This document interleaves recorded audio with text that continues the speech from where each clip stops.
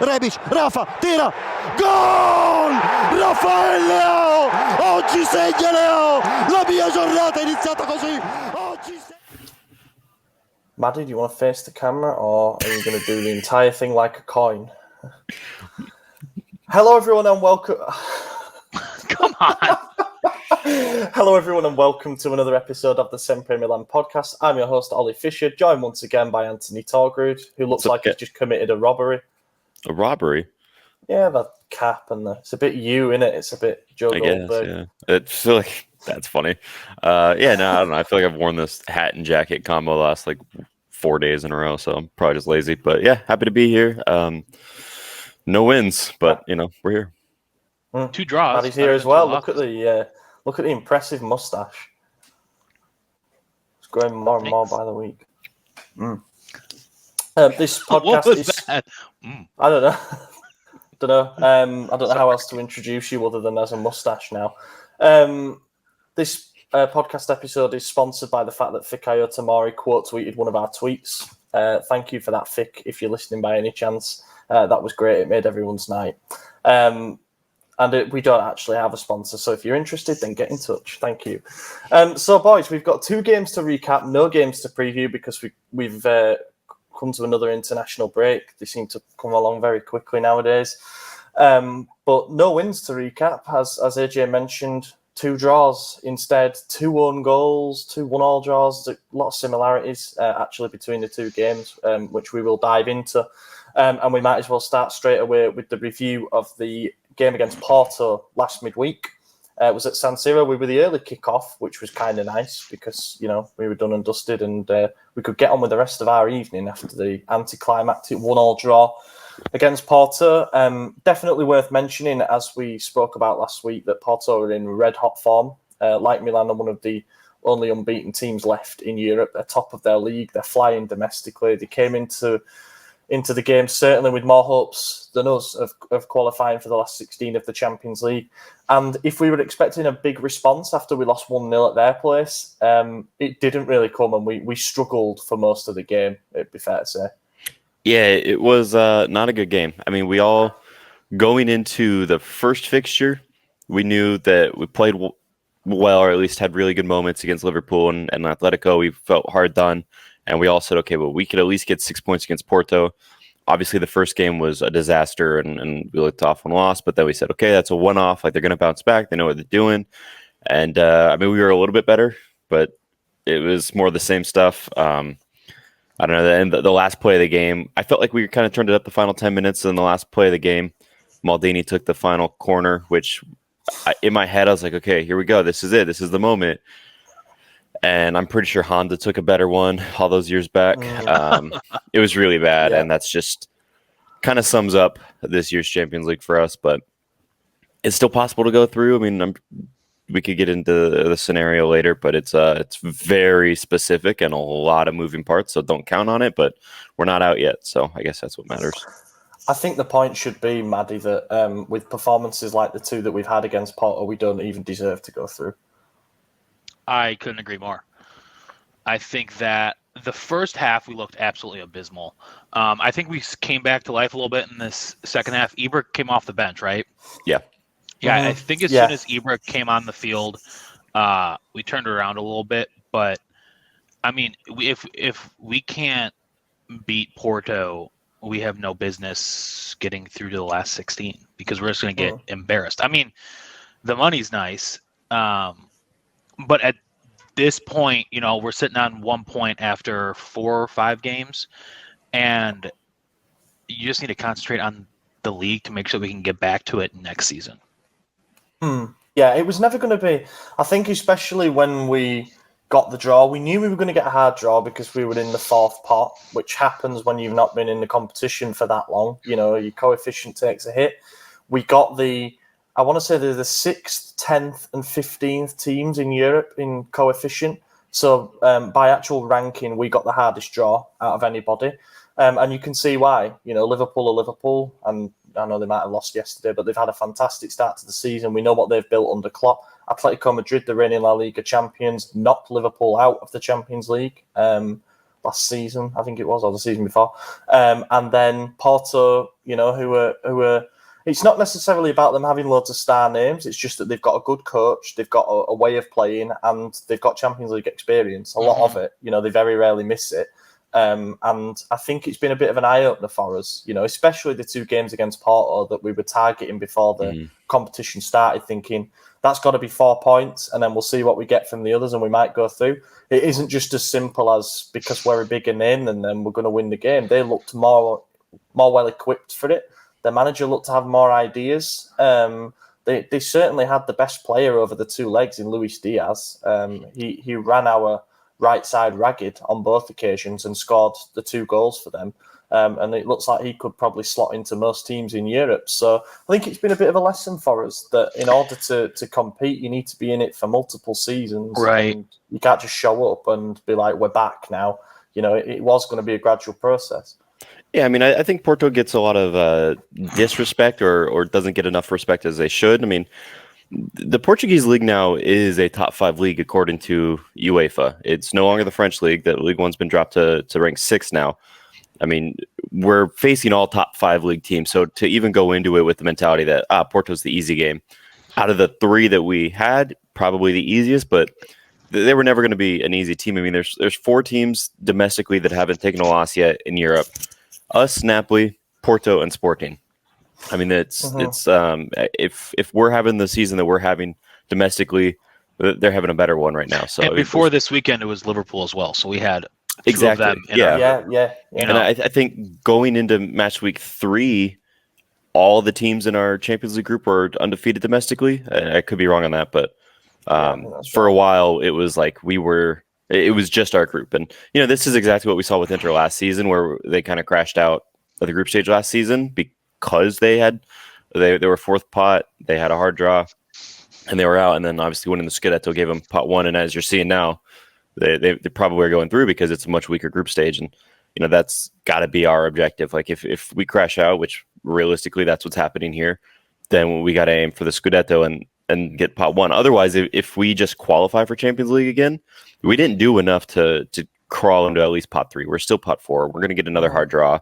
And the way every league ended last season, I mean, you saw PSG didn't win a title, Real Madrid, Barcelona didn't win a title, Man City didn't win a title, Chelsea didn't win their league title. So we knew all the pot 1 and pot 2 teams were typical title winner teams. We knew it was going to be a shakeup this year, and that's what we got stuck with. It wouldn't have been an Atletico Madrid if the titles were won by one of the normal teams that win it. It might have been a Barca or Real, so it's which one do you want? Pick and choose. Right. But still, it was too difficult. And as far as the game, we didn't show that we deserved it.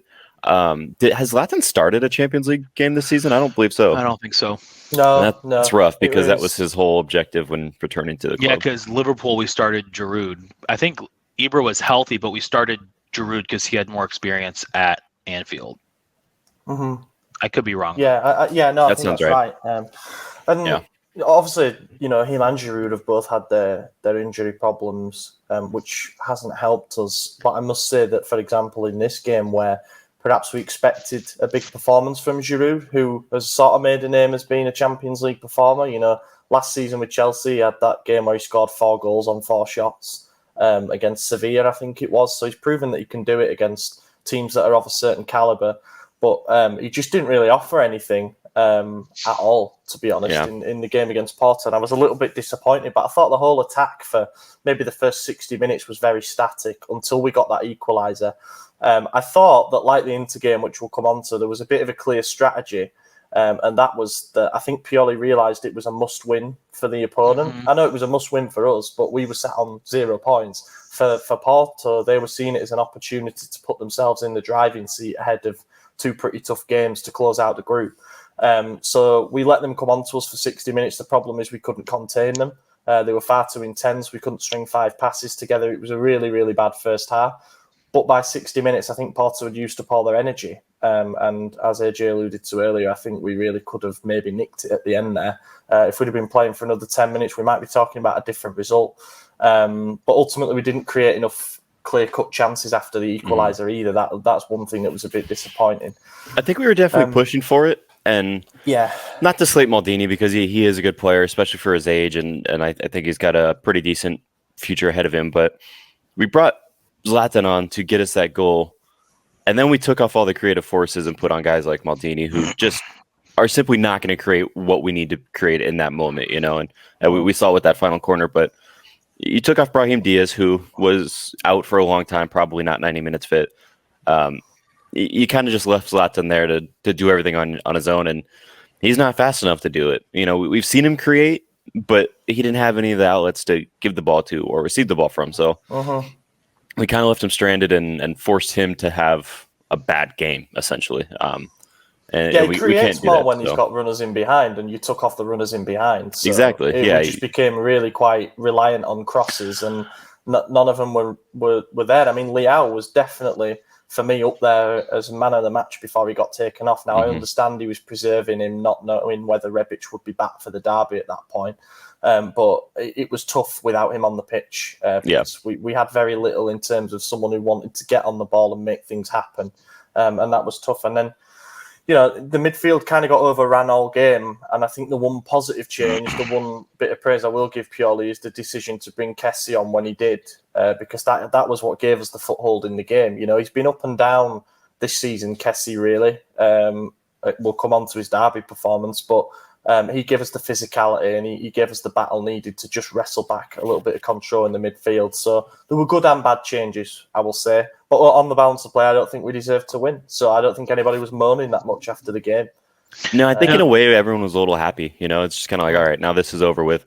Even though it's not, I mean, we could discuss that real quick. Yeah, go for it. Yeah, I don't know what the scenarios are off the top of my head. It's obnoxious.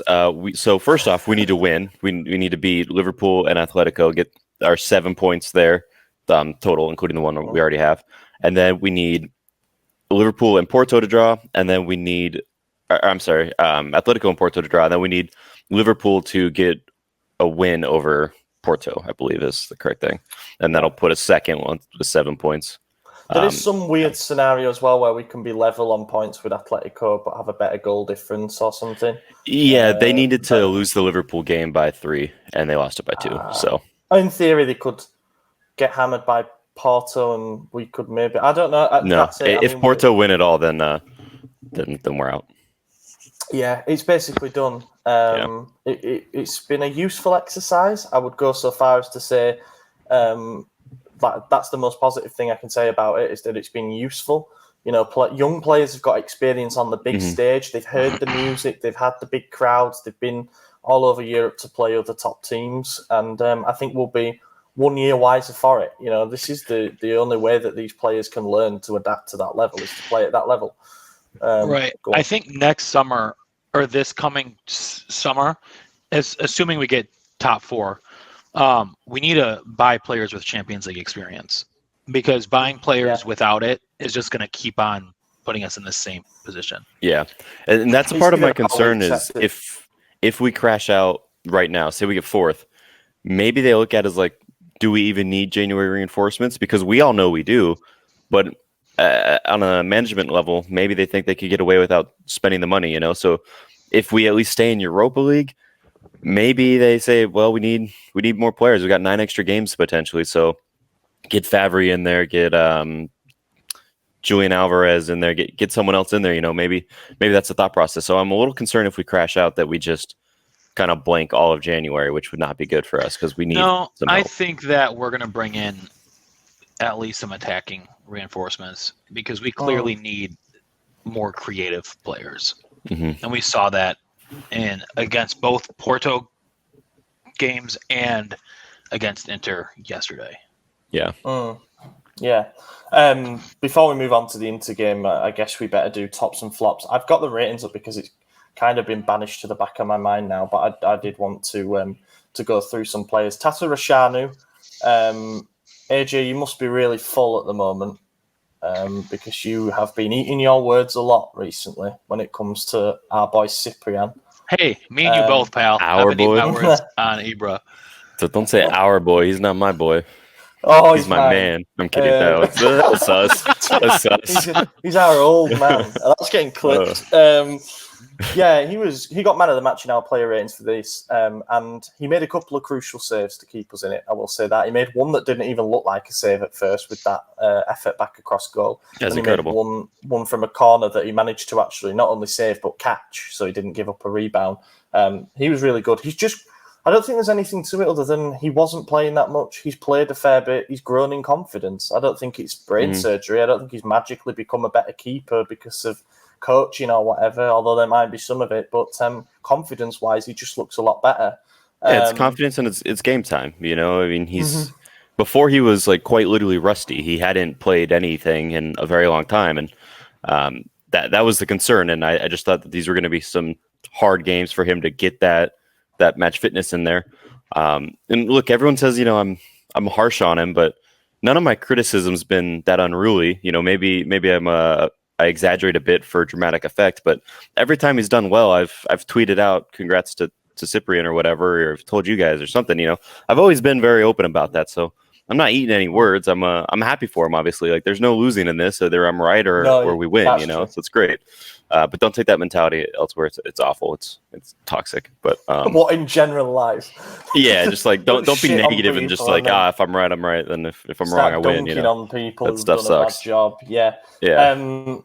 We'll also mention Calabria took a knock in the first half. He got a lot of criticism for his performance. He did take a knock and had to come off at halftime with dizziness. So I guess it's like concussion protocol. I don't know. But Kalulu came on and did a much better job. We look to have something going forward. We ought to talk about the equalising goal as well, actually, because Kalulu did a good job to fire that back into a danger area on his left foot from a narrow angle. You know, obviously he's right-footed. And Chancellor Mbemba, once of Newcastle, turned it into his own net, and that gave us a real spark. So you could say Kalulu was part of the reason that we're now talking about our first point in the group stages. So fair play to him. He was good.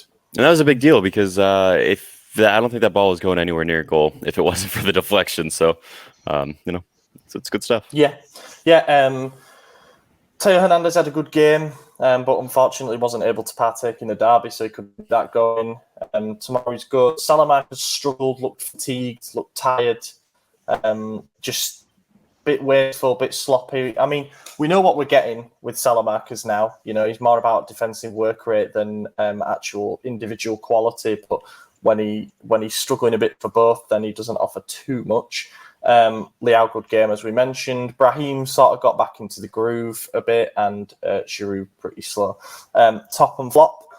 Therefore, I will go with Tatarusanu, who's my man of the match, because how can you disagree with any of that, you know? Made a couple of big saves.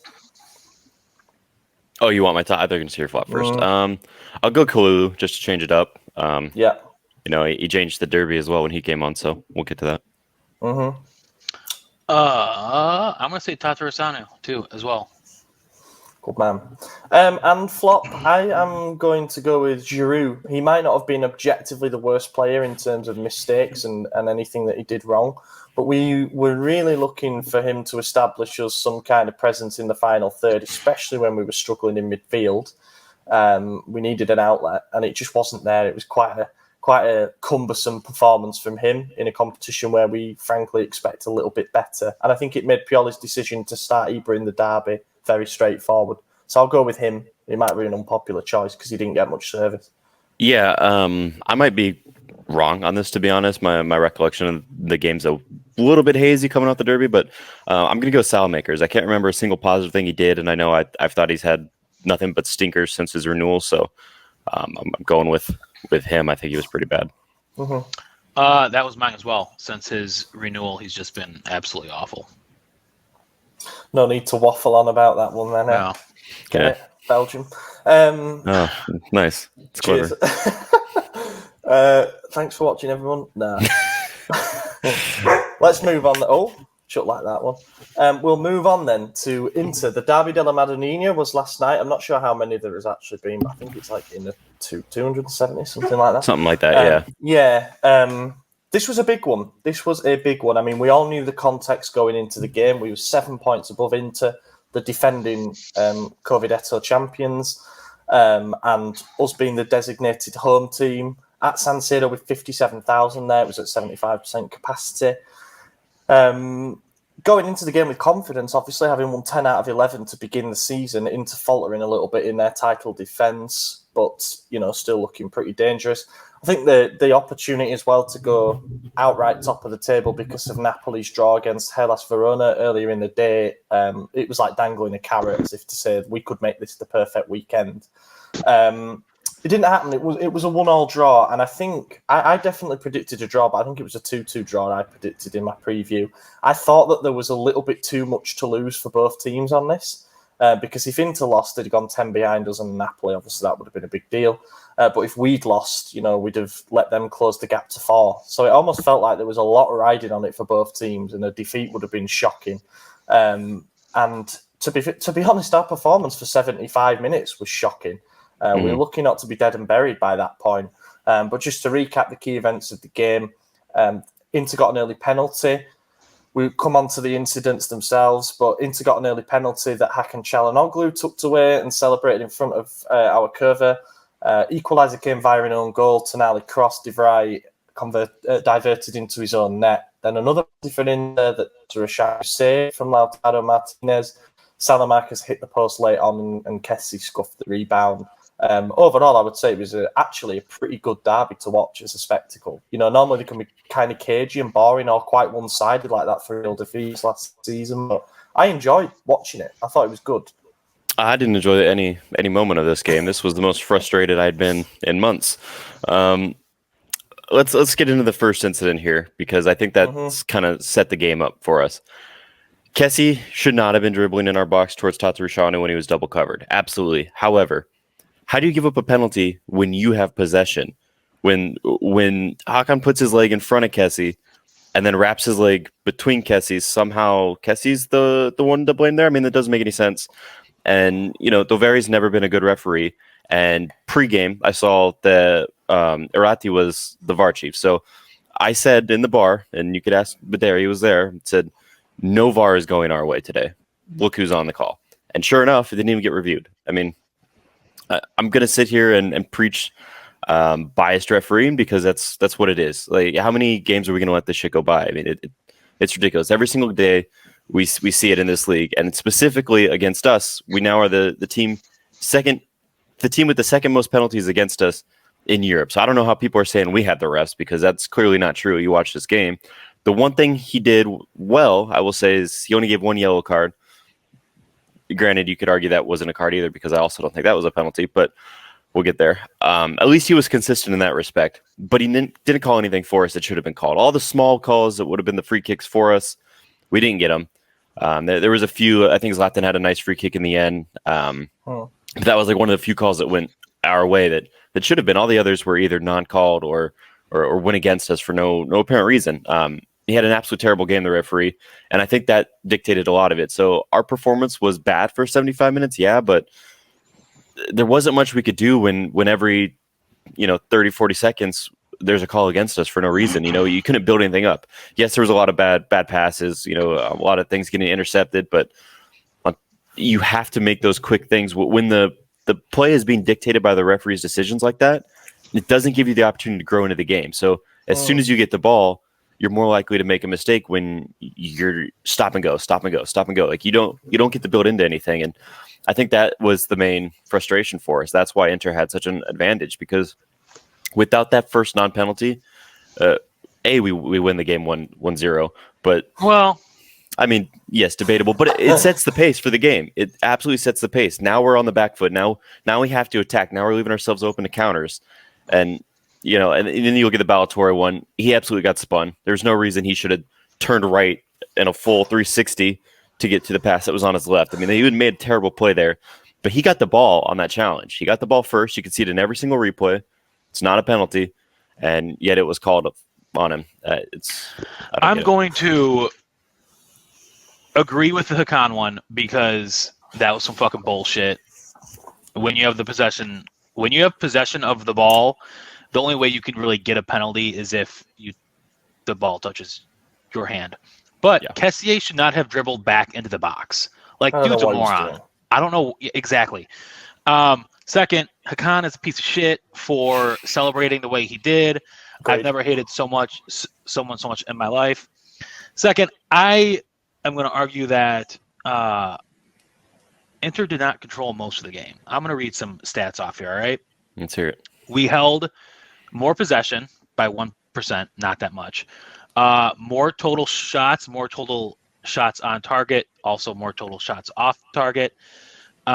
We had more passes, more completed passes, more dribbles, more shots inside the box, and more shots outside of the box. And Handanovic had more saves. So, when Inter was controlling the game, I think that they looked better, but I think that we controlled the game for more of it, but we just did not have the killer instinct. I'm going to counter that by saying that those stats are massively skewed by the last 15 minutes. I know what you're saying, and but as the washed-up coach Jose Mourinho said, those who don't understand football analyse with stats. What I will say is we didn't. If I put it this way, we didn't pass the eye test for 75 minutes. We looked pretty sloppy for 3/4 of the game at least, and then the last 15 minutes we really turned it on. And as I mentioned in the Porto game, I think it might have been part game planning from Pioli where he thought, let's let them use all their energy in the first 3/4 of the game and make them think that they can beat us by looking pretty vulnerable in that period, and then try and hit them and get something at the end. And we so nearly did, if that shot from Salamanca was just a few inches inside. But it wasn't to be. I just thought that it was very disjointed from us. We played into their hands a little bit. We got overrun in midfield. Inter were more direct though, and I think that explains the passing stat. They were going over the top a lot to Dzeko. And Lautaro found quite a bit of space. But I wouldn't say there was any one player. I mean, we did a good job, for example, of pocketing Barella. Krunic did a good job. He was pinned on Brozovic, who didn't have a good game either. The downside to that was seen in the second half when that meant the spare man was Vidal, and he had 2 bites at the cherry to score and make it 2-1. But I just wasn't that impressed overall with 60 minutes plus. Neither was I. However, I do think, I think I mentioned this on last week's podcast or to you or something, but only 12% of Inter's attacks had gone down their right flank up to this game. Uh-huh. And then this game, the good majority of them were, and that was because Teo's absence. They knew Ballatore was going to be our weak spot, and they abused the hell out of him every chance they got. When Kalulu came on, props to him, because we all said he's not a left back. He did pretty decent. He did well, but if we have Teo there, who knows? One of those chances becomes a goal. When Rebic came on, we looked so much better. And that's not because Leao was doing bad. Leao was doing great. We needed some fresh legs, someone who's going to kind of get in your face a little bit, isn't afraid to get a card if necessary. He didn't. The aggression was there. But exactly. And that made a big difference. I would have liked Rebic to come on for Zlatan. I know that's kind of controversial, especially in a derby. But I think Rebic and Leao has proven to be our best pairing over the season here, and this was our first opportunity to have that back again. It's really hard to take a guy like Zlatan off. I understand that, so I don't blame Pioli for not doing it, but I don't know. All season he hasn't been 90 minutes fit. Why are we giving it to him this one when we really need a goal and he's looking a little shaky?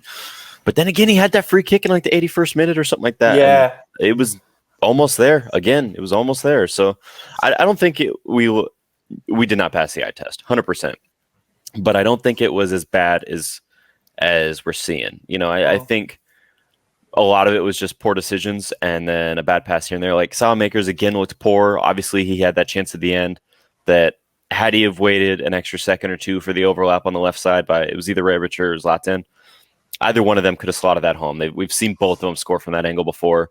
But it wasn't a bad shot. It hit the post. You can't get mad at someone for hitting post. It came back to Kessie, who had a chance to redeem himself for that penalty, whether it was or wasn't, and put it and wide. He took it on the wrong foot. He took it on his weak foot. I don't know why he did that. I was surprised by that. Also, Salamanca's in that moment could have slid it over to the right and put Kessie in on goal. But as I said on Twitter, there is absolutely no guarantees with the game he was having that he would have done anything other than put it over the bar or something. So I don't mind if a shot hits the post. I'm not going to. Right, and that's what I'm saying. For the record, I have no issue with Salamakers taking that shot. I do think there were better options, but if you hit the post, how could I get mad at you for taking the shot? You inside obviously of the post were very as well. It's one of those where it's lucky that it didn't could hit deflect it in. back and gone in. Yeah, and that would have been a fantastic own goal. I would have loved that. Let's talk about the penalty save, because we haven't given Cyprian props for that yet. I'll go back to the penalty incidents. Okay, yeah, go for it. First penalty, every time I watch a replay from a different angle, I keep changing my mind. The first one this is. I think that Kessié is in possession, but because of the situation he put himself in, I almost think the referee was inclined to punish him for what was a pretty bad lapse in judgment. You know, he should not be dribbling himself into that position. Then there's one angle from that's front on of the players where it looks very clear to me that Çalhanoğlu's dangled a leg out, and if anything, he's caught Kessié, and that's what causes the tangle. Then the angle from behind makes it look like Kessié's would be his left leg has caught the back of Hakan's calf, and that might be what initiates it. I don't know. I think the players will know between them who's done it. But I can understand why that decision wasn't overturned. It didn't appear to be clear and obvious. However, I think if that wasn't given a penalty and it went to review, it probably wouldn't be given either. It's one of those that's in the grey spot, and that's what's annoying, obviously. Çalhanoğlu taking the penalty was written in the stars. I mean, you know, I nearly put money on him to score, but I put money on Damian. Has he taken penalties for Inter prior to today? They came out with some bullshit about how the two penalty takers they have are Lautaro and Çalhanoğlu, and I'm sure it was his first penalty for him. That's what I thought so too. I think he also handed the ball to Çalhanoğlu like, fucking do it. Yeah. And that's really, what pisses me off, because it I was really, like, if he'd have scored from open save play, it. then, you know, fair play to him. But It the wasn't fact a great that penalty, you know, it wasn't a good penalty, no. but I think statistically you have a 77% chance of scoring a penalty from anywhere against anyone. So you can't blame Cyprian for that one. It wasn't a good penalty, but when there's only so many places the goalkeeper can go to save it, like, it is what it is. So it was the second one I thought was a penalty. I know what you're on about with the angle where it definitely appears as though Fode Ballatore has like stabbed the ball out from under Damian. The big indicator for me is that Ballatore did not even question it. He knew. He knew what he'd done. He definitely catches him. He takes him out. Even the players half-assed the appeal about it. They were just like, "Oh, that's not great." Maybe it was just morale being defeated, though. I mean, they knew that if they weren't getting the first one overturned, they were never getting a second one. You know? Yeah, no, that was a pretty clear penalty in my. I thought it was at first. When it happened, I even said, I was like, that one's a pen. But then I saw the review and I was like, hold on, this man gets the ball first. And I could see it from behind. I understand the very being like, clear pen. But from the front angle, he gets the ball.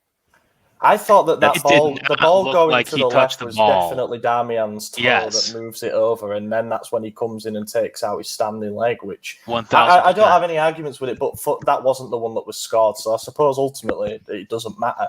Right. I mean, you had mentioned in the chat, you're like, a calculated gamble paid off. Like, definitely wasn't a calculated gamble. It was just he had to do what he had to do, you know, like he had to make up for his error letting the ball get there. But most challenges without taking that challenge, we probably concede an open play goal there. So you know, it did work out in the end for the better. But yeah, I didn't know that Inzaghi after the game was asking for a red card for that, which is bollocks, because by the letter of the law, he's made an attempt to play the ball. So last man or not, it can't be a red card. I agree.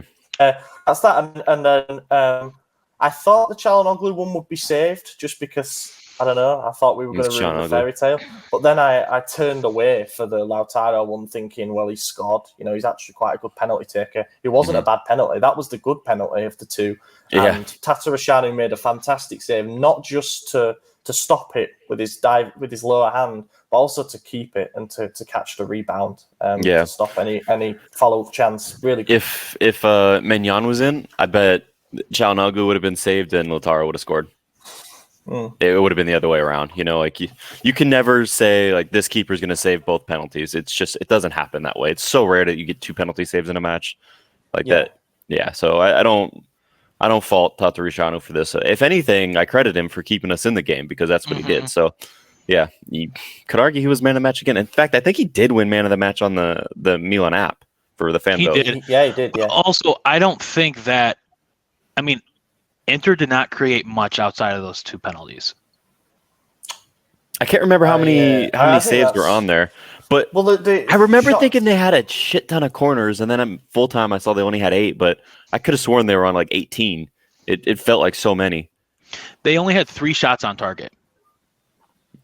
Well, I mean, I can't dispute that stat, but then you think, for example, there was the block on the line from Balotore from the It was Balotore, shots. And then there was the Kalulu double block on Vidal as he was, that was fantastic too. It. There was that Lautaro shot towards the end of the first half where he was in space on the edge of the box, and thankfully he dragged it wide. It wasn't. We gave up more chances than we normally would, but I guess the counter argument to that would be the team into score a lot of goals and they create a lot of chances, the most in the league. You bend but don't break, and we made sure we were always in it. And then we had our own chances towards the end of the game to the extent that they might be feeling a bit lucky to have come away with it with a point. Yeah, I don't know. I find it interesting that I've seen so many different interpretations of the game on social media and from journalists and from the newspapers. People saying the ref rigged it, people saying the ref did well, mostly the fans saying that. People saying Milan should have edged it, people saying Inter should have been out of sight at half-time. It's been one of those that's been enjoyable as a spectacle from that point of view. And, I think that the reverse fixture later in the season will be huge. I really do. I think that might be the more important derby of the season for obvious And that's reasons. January, right? Or is it February? Yeah, February, I think, yeah. I think it's towards the late stages of AFCON, so we might actually be without our entire midfield, depending on how they do. Yeah, it's either early February or really late in January. Is that still happening? I thought it was under question. I don't even know, to be honest. I'm pretty sure it'll happen. Napoli's fixtures, it's worth noting at this point after the break. They've got Inter at San Siro, then they've got Lazio at home, and then Atalanta away. So they've got 3 pretty tough games coming up. And we have Fiorentina next, which is always a tough one. Problematic because they look good this year. Yeah. But obviously there will be time to preview that next week. But after that, so we're Fiorentina, Atletico, but scratch that, doesn't count for the league. Fiorentina, Sassuolo, and then Shevchenko's Genoa on December. Yeah. Did you see this is kind of off topic? Did you see the supposed rumored transfer targets for Genoa? No. Ridiculous. It'll never happen. It wasn't from a parody account. I had to double check because this ain't true. But it was Zinchenko from City, Pulisic from Chelsea, and I'm like, yeah, he'll never go. And another big name that I'm like, Genoa doesn't have money. I'd take Pulisic to be totally honest. Absolutely, yes. I would as well, but I don't think Zinchenko makes sense because Sheva obviously worked with him in the national team. Yeah, but they probably can't even pay 25% of his wages. It was all Ukrainian guys and Pulisic. I can't remember. I know it's Pulisic thing. Made up rumors. I don't know why Pulisic at all. What I will say about that is it's interesting. We were talking about it in the group chat about what it means, for us potentially, Shevchenko going to Genoa. First of all, I think it's almost like work experience. I think that unless he fails massively at Genoa, which we can't rule out, what they're like, they'll fire him if he's doing badly after 10 games. But I do think that one day he will probably manage us. Like, he's certainly already the most qualified out of the club legends that have taken the Milan job. I think Tassotti is his assistant as well. Yeah, he obviously was our caretaker manager already for a bit. He did a great job with Ukraine, who they're just, they're not established as European elite by any means, but he made them really, really hard to beat, and he developed young talent there very well. It was a matter of time before he took on a club job, and I thought it'll be a big indicator as to where he sees his future or where he takes that club job, and he's taken it in Italy. So, and he's obviously publicly said before that he wants to coach us one day. So it's almost like a bit of a work experience assignment for him. If he does well, it'll confirm the good things that we've heard. Also might be good for striking up a bit of a relationship. Let's say he stays beyond the end of the season. Let's say Colombo comes back. We need somewhere to loan Plizzari. We fancy giving Pobega another go somewhere else or another youth academy player. We can give them to Shevchenko, and we know that he's going to do us a favour by playing them and by treating them right. So it's important to have an ally inside the league, is what I'll say, and I wish him nothing but the best apart from when they play us. Yeah. Obviously. Before we move away from Inter, we got to do tops and flops. Oh, shit, yeah. So I think my flop for this is what I'll go with first because it's fresh in my mind. Is Balotore. He got rinsed, to be totally honest with you. I will say I've been really impressed with what I've seen from Matteo Darmian. Not just this season, but last season too. He has a knack for. He's 30 years old now, so like I'm just surprised that he's still playing at such a high level. But this is two coaches now who've got a bit of a wild card factor out of him. He looks dangerous going forward. He actually did really well one-on-one against Leao. And yeah, I will go with Balotore as flop and let me think about top. Well, before you say your top, I'm going to do mine because it sounds like we're going to be the exact same. I was going to say Balotore for my flop as well, and then Cyprian for top. Yeah, agreed then. Yeah, Maddie?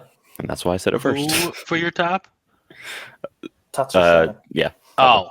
Well, my flop is definitely the same as your guys's.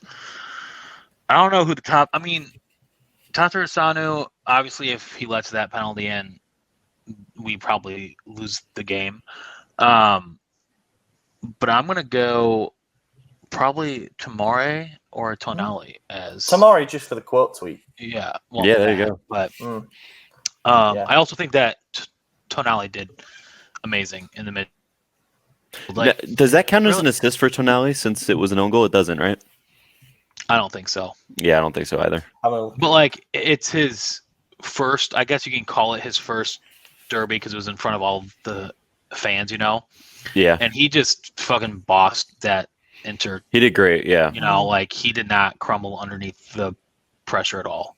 You know what? I'm going to change my top just for fun. I'm going with Florenzi.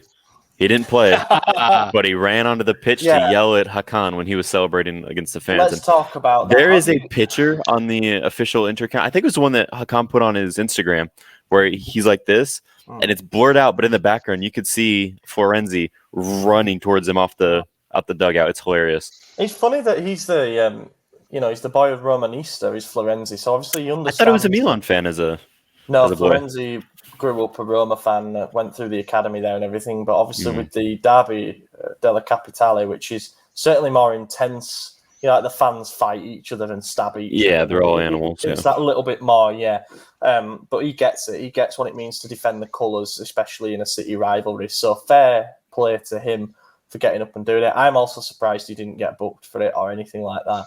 I would love to know what he said. Yeah, well, don't do that. Not nice. Yeah. If you search for the reconstruction on our website, Milan News have done a really good thing. By the sounds of it, our bench were really going at him for the entire game. Well, I'll say the entire game, the 6 minutes before he scored his goal. Then obviously he scored, turned and celebrated like that. Florenzi was the one who boiled over. The staff had to calm him down. The fourth official had to restrain him from actually, going any further, but he did seem to stop of his own accord. But then from that point to the point when Çalhanoğlu got back into his own half, apparently our entire bench were just verbally insulting him. Good. So that is good to know that they were all on the same page. I'm not bothered. If he wants to flex about scoring a penalty, that's fine. But ultimately, I was happy when he left. I was even happier when he joined Inter, and that hasn't changed. Yeah, me too. Look, you score a goal, you're going to be happy, but do something that's not antagonistic. I was telling Maddie pre-recording, jump in there, do a fist bump, do a knee slide, run to your fans, celebrate with your teammates, hug them, jump up and down, do whatever you want to do. But when you go up to the enemy crowd and do this, like, let's hear it, give me that jeer shit, like, nah, that's when you become a punk. It looked like one of the Inter players pushed him on the ground before he tried to celebrate. Yeah, Dzeko did. Right, and I was like, is he trying to stop him from making a mistake? Or I thought exactly the same. I thought he's done that to make sure he doesn't, rile up the fans. One thing I will say about that is we laud Ibra for doing it when he's done it twice in the derby. But he got a card when he did against Roma. No. I mean, when he scored for Milan against Inter twice before, I think that's different, though, because it's not like he went from Inter to Milan. There were clubs between that, and also Inter fans were never. He was getting called stuff as well. Obviously, he gets called Zingaro a lot, which is not a nice slur to be called. I was like, you can't say that, but yeah. But also, like, he didn't leave on a free transfer to a direct right, and hit it from management. Yeah, it's been what 10, 15 years. How long ago was it that he was at Inter? Like It's been a long It time. was 2005 to 2000. It's not like it was 4 months ago, like it was with Hakan. And the way Hakan played it up all leading up to the transition, like, oh, a lot of legends have played for both clubs. It's not a big deal. And all this stuff. Like he's been playing dumb. Like he thinks he's bigger than everyone, and we're all just kind of like confused. Milan fans still love me. I think that kind of puts that to bed a little bit. Yeah, no, they don't. No they one never loves did. you, man. Not even his wife. Right, let's move on. He cheated on his wife, and now he cheated on his club. Yeah. Or she cheated. Well, other way around, yeah. Yeah. Let's move on to listener questions then, since we've got no games to preview. I haven't looked at these, so I'm kind of going in blind. Rock Award, is Hakan safe in Milano? Nope. It's interesting. We just talked about that, but on a serious note, he kind of needs to be careful now. You know, where he goes and who he bumps into, because that's the kind of thing that it's an unforgiving city. But I don't know. Well, and there's a lot of like restaurants that make it very clear what side of the city they're on, you know, and a lot of places are like, this is a Milan shop, this is an Inter shop, like, and he knows which ones it is, you know, he's played for both teams, he knows exactly where he's welcome and where he's probably not so welcome, but I don't think anything will ever happen to him. No one's going to burn his house down, you know, like he'll be fine. Like hopefully he isn't seen between January 5th and 11th, 2022. Good point. Because we're not going to do anything to him. We're really going to stick him in the canal. We'll show him. Vegard Garda asks, if Milan could sign only one player in January and you have to pick a realistic target, who would you choose? We get a similar question most weeks, obviously without discrediting that because it seems to change every week. I think that Roman Ferver is still the target that I would go for. You know, he can play attacking midfield and he can also play on either wing. And I didn't realise that he's played the majority of this season as a left winger and got 4 goals and 4 assists for Brest in 12 games. Good, because he's not down tools despite making it clear he wanted to move in the summer. You know, he's trying to play for that move. I think the price tag's going to be about 10 million, so that's definitely within our budget. I would like to think that we could go for somebody who gives a little bit more guarantees. Someone like Noah Lang, who's 22, has Champions League experience, has played at Ajax, quick, dynamic winger. But I think they're going to be more in the 30 million range, so that's going to be tough. Julian Alvarez is another one. I would really like us to sign him if we can. He moved on to 15 league goals for the season by scoring 4 times last night for River Plate. So he's got a brace in the derby against Boca.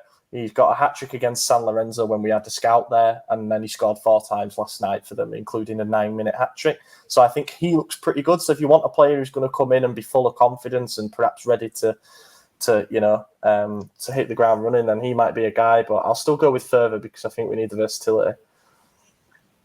Yeah, I'm going to go with that as well, just because I think our right-wing spot is what's lacking the most and has been for really since Suso left. I mean, we haven't had like an out-and-out. Well, who's done a great job replacing? I mean, Salamaker's had a good run, but we never once said this is our guy. John did, but besides that, everyone else was like, we still need a new right wing. No one's like Samu besides like the 3 or 4 games that he played, which got Suso replaced. If you noticed, John's only been on the podcast when Salamaker's is playing well. When John's he's a he's gone. No, he's in Poland right now on vacation. Yeah. I'm going to go with him as well, but also one because he wants to join the club. But I mean, if he's doing so well on the left wing, I just hope he can produce on the right wing. Yeah, and that is a big concern. That is a valid point. I mean, there are players that are sort of league known, you know. Berardi, for example, has got Serie A experience and has always played on the right and is a goal threat. But again, you start thinking about things like price tag, age, do they fit the project, do they fit the system? And also, there seems to be a reason.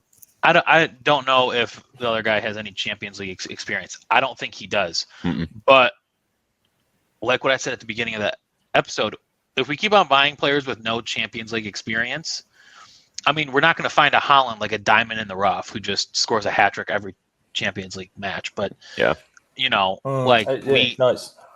have to start spending on Champions League quality players if we want to come away with more than 1 point.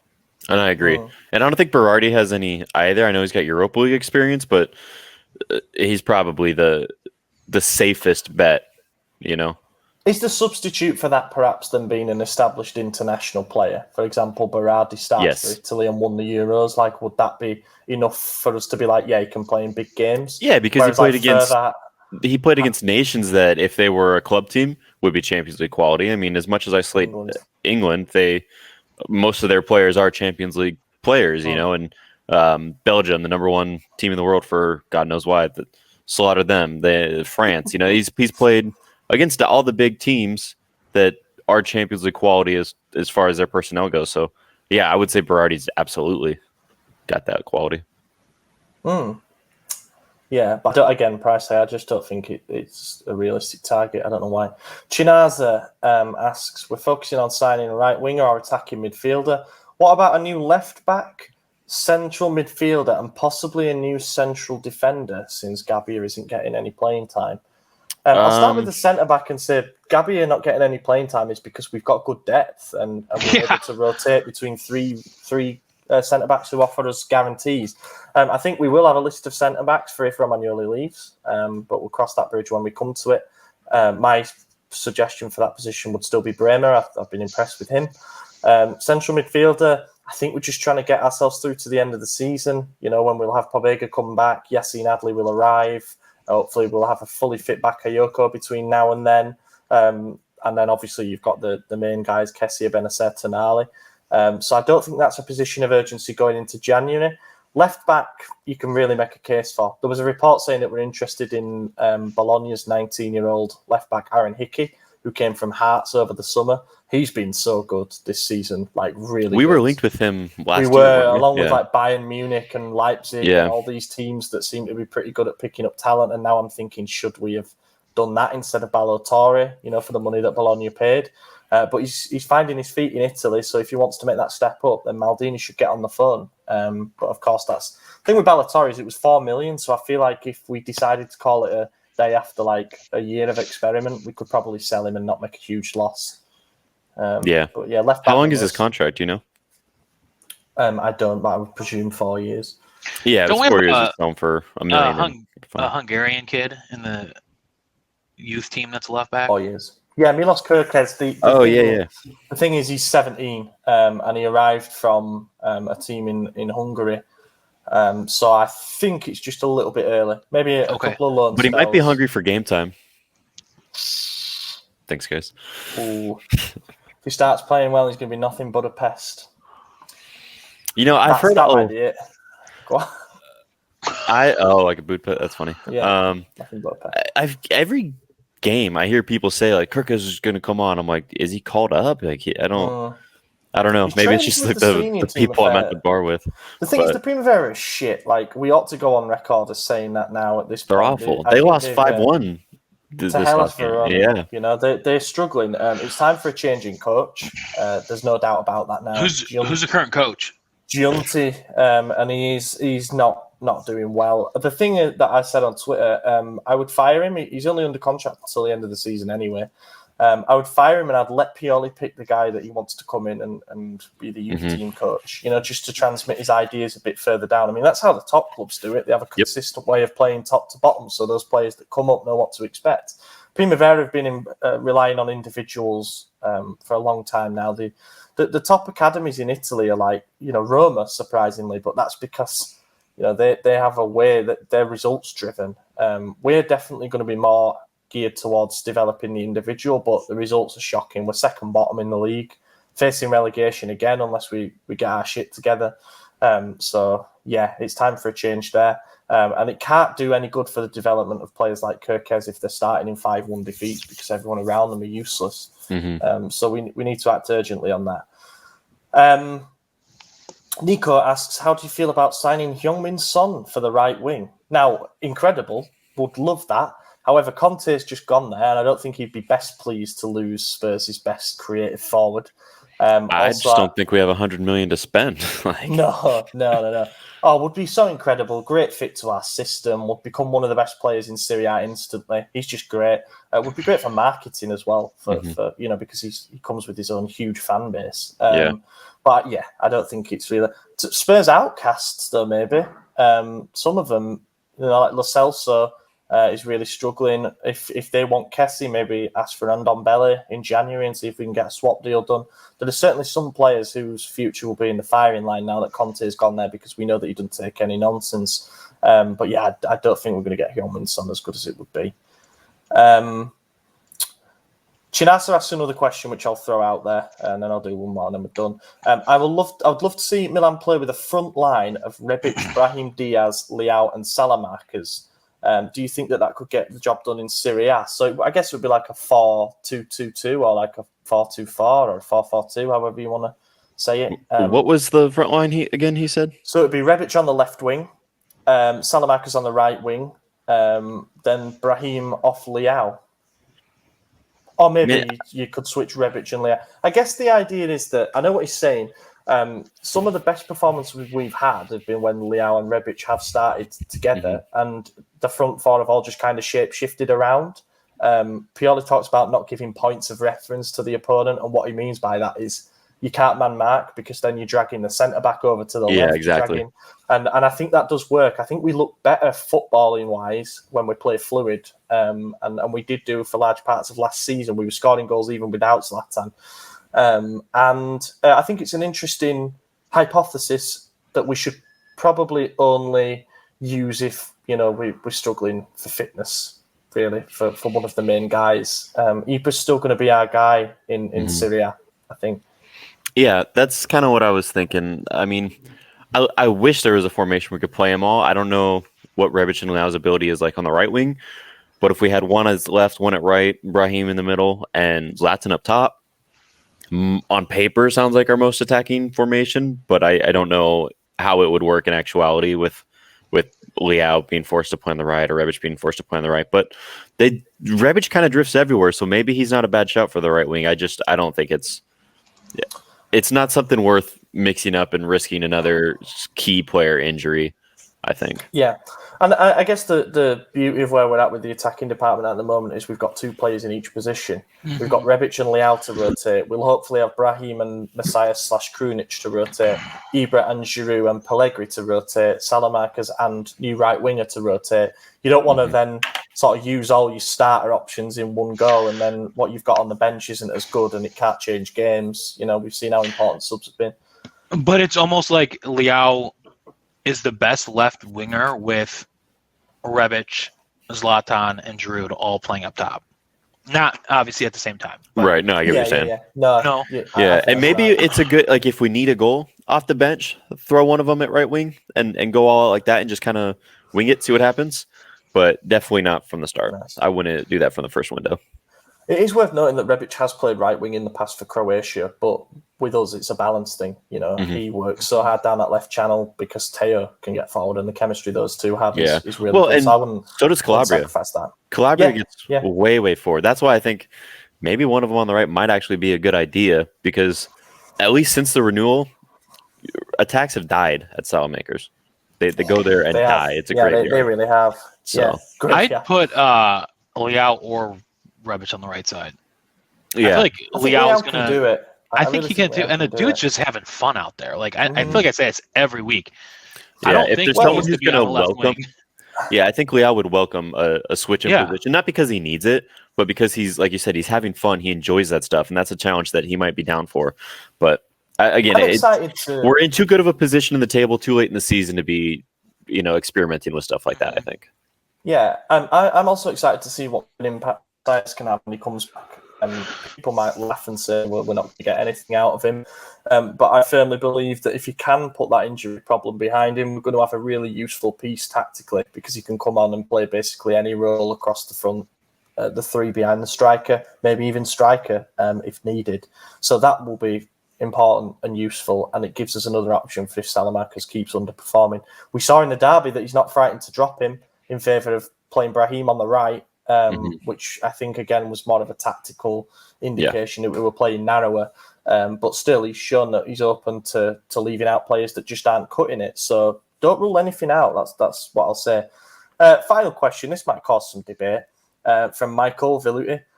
Who's the best footballer out of the podcast hosts in order? So should we extend this to Stefano and Jan, or... No. No, because I'm tired of being last. You won't be last, my friend. So- would best be described as a no-nonsense centre-half who is not very good technically, but is 6'4", so can... Yeah, I was win going a to put few Ollie things. first Not a great simply footballer. because he's from the motherland. He probably He's not played from it a lot. Brazil. Fair enough. I Football's think coming home. Ollie's probably played a lot more football than us, like casually. I don't know. You're tall, but I'm fast. I'm in decent good shape, so maybe me. But I have no technical ability. If I take a shot, it's going not even rosette. It's going to be a ground ball to the corner flag from point blank. Like it's bad. I got no skills, so put me last. I don't know. That works with me. What would your position be, Maddie? Left Left back on the bench. Yeah, no, probably get center defending mid. I did like play to right push back when people I would around. play. I was right back. I wasn't a good one, but I was there because I like to get forward. I just can't shoot, and I'll make a red challenge if I have to. If we were to extend that to Stefano and Jan, I've seen Jan play football. Jan's pretty good at football, but I don't know whether I think Stefano might be a bit better. Whether it's because he looks like Soriano / Sergio Rico. Stefano looks like he'd be a good footballer, but I don't know. He might be Andrea Pauli or something, just flats to deceive entirely. Yeah, I've never seen him Yeah. play or mention that he's played before, but like you said, I know John has. You say he's pretty good. I've never seen him. He's okay. This might sound like I'm attacking him, but I'm not. He's small, so he might have that like messy kind of center of gravity thing where he's just like hard to push out the ball because he's so low. But yeah. Brilliant. We should have a kickabout when we're over in Milan. That'd be good, and then we can. that'll be awful. Don't record it. Who's best and people can join.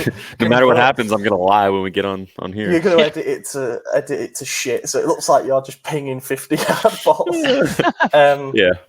Yeah, anyway, we've gone past an hour, so I'll wrap it up. If you made it this far, thank you very much for watching and listening. Hope you enjoyed it. We'll be back next week for some kind of international break special. It might be a quiz, or it might be a guest, or it might be a question special. We'll figure that one out. But yeah, I've been your host, Ollie Fisher. You can find me on Twitter at Ollie Fisher. AJ? Yep, Torque45. It's actually a lot of fun, so yeah. Edward__Tove. Thank you very much for listening, everybody. We will catch you in a week's time. Eccolo Ante in area di rigore, Ante, Ibra, gol! Vediamo se è buono, ce lo dà buono,